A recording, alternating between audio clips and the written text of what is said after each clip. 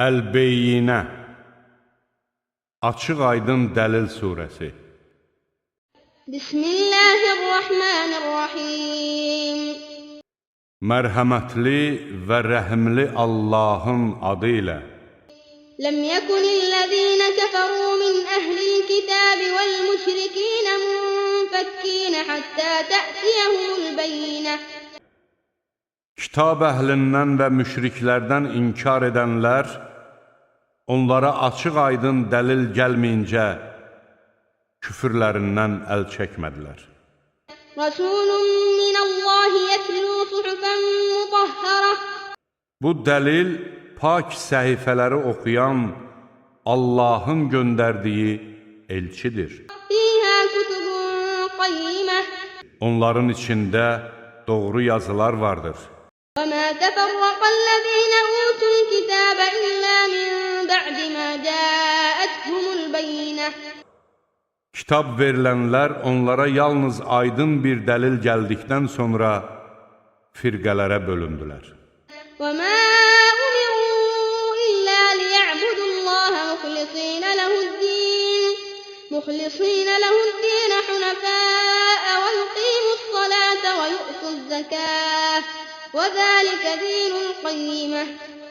Halbuki onlara dini məhz Allaha məxsus edərək, həniflər kimi ibadət etmək, namaz qılmaq və zəkat vermək əmr olunmuşdur. Doğru din də elə budur. İnnellezîne keferû min ehlil kitâbi vel müşrikîne fî nâri cehenneme khâlidîne fîhâ ulâike hum şerrul beriyyeh.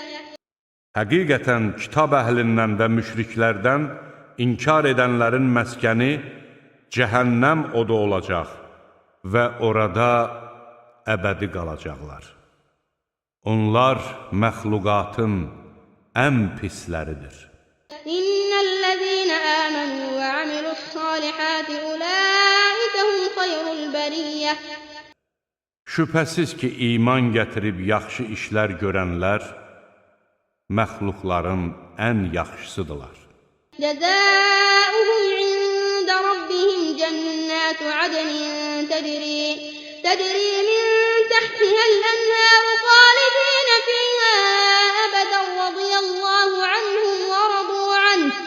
Zəlikə limən xəşiyə rabbeh. Onların Rəbbinin yanındakı mükafatı ağacları altından çaylar axan, içində əbədi qalacaqları ədin bağlarıdır. Allah onlardan razıdır. Onlar da Allahdan razıdırlar. Bu nemətlər Rəbbindən qorxan kimsələrdən ötürüdür.